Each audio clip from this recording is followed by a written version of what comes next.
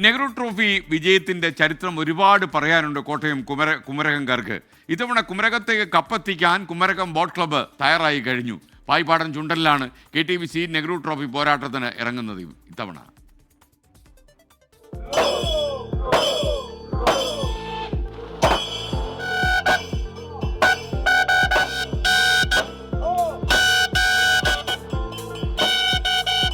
കഴിഞ്ഞ 2 തവണ micro സെക്കൻഡുകൾക്കാണ് KTBCക്ക് Nehru trophy നഷ്ടമായത്.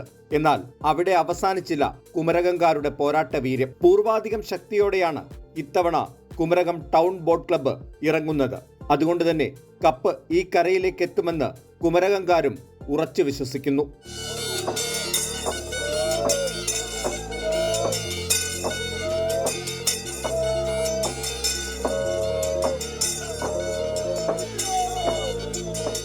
പായിപ്പാടം വന്നു, KTBC വന്നു, അച്ചായം വന്നു, പിന്നെ എന്താ കപ്പ് വേണം മടി?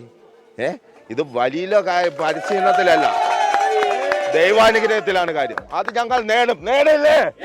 കുമരം എന്റെ പിള്ളേർ നേടി കുമരത്ത് കപ്പ് കൊണ്ടുവരും, വെള്ളിക്കപ്പുമായിട്ട്. 1 മാസം നീണ്ട ചിട്ടയായ പരിശീലനം അതുതന്നെയാണ് KTBCയുടെ കരുത്ത്. 2024 ട്രോഫി കോട്ടയം ജില്ലയുടെ അഭിമാനമായിട്ട് കുമരകത്ത് കൊണ്ടുവരാനുള്ള ആഗ്രഹമാണ്. KTBCയിലൂടെ തന്നെ നേടിയെടുക്കണമെന്നൊരു വിശ്വാസം ഞങ്ങൾക്കുണ്ട്. ടീമെല്ലാം പെർഫെക്റ്റ് ടീമാണ്. ഈ വർഷം ഞങ്ങൾക്ക് നല്ല വിശ്വാസമുണ്ട്. ഞങ്ങൾ കപ്പടിക്കുമെന്നുള്ള ഉറച്ച വിശ്വാസവും തീരുമാനത്തിലും തന്നെയാണ് ഞങ്ങൾ ഈ വർഷം കളിക്കുന്നത്. പള്ളാത്തുരുത്തിയെ പിടിച്ചുകെട്ടുക എന്നതാണ് KTBCയുടെ പ്രധാന ലക്ഷ്യം. അതുകൊണ്ട് തന്നെ അവസാനം ഹാട്രിക് നേടിയ പായിപ്പാടനിൽ തന്നെയാണ് ഇക്കുറി KTBCയുടെ വരവ്. വളരെ പെർഫെക്റ്റ് ആയിട്ട് ആദ്യം മുതൽ 1 മാസക്കാലയളവായി കൃത്യമായ ചിട്ടയോടുകൂടിയുള്ള പരിശീലനം കാര്യങ്ങളൊക്കെയാണ് ഞങ്ങൾ പോകുന്നത്. അതുകൊണ്ട് തന്നെ ഞങ്ങൾക്ക് ഇത്തവണ ഒരു വലിയ പ്രതീക്ഷ ഞങ്ങൾക്കുണ്ട്.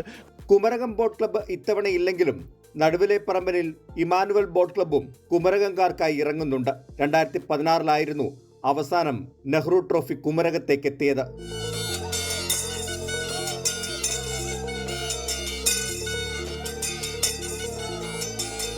ചരിത്രം ഒരുപാട് പറയാനുണ്ട് പായിപ്പാടിനും കുമരകത്തിനും. അതോടൊപ്പം പുതിയ ചരിത്രം എഴുതാനും കൂടി തയ്യാറെടുത്തിരിക്കുകയാണ് ഈ കരുത്തന്മാർ. കോട്ടയത്ത് നിന്ന് പ്രശാന്ത് മണിമലയ്ക്കൊപ്പം ടോബി ജോൺസൺ, 24. ലോകത്തെവിടെയായാലും ഏത് സമയത്തും 24 വാർത്തകളും ഓഗ്മെന്റഡ് റിയാലിറ്റി പാക്കേജുകളും എക്സ്പ്ലെയിനറുകളും വിശദമായി കാണാൻ ഞങ്ങളുടെ YouTube ചാനൽ നിങ്ങൾക്ക് സബ്സ്ക്രൈബ് ചെയ്യാം.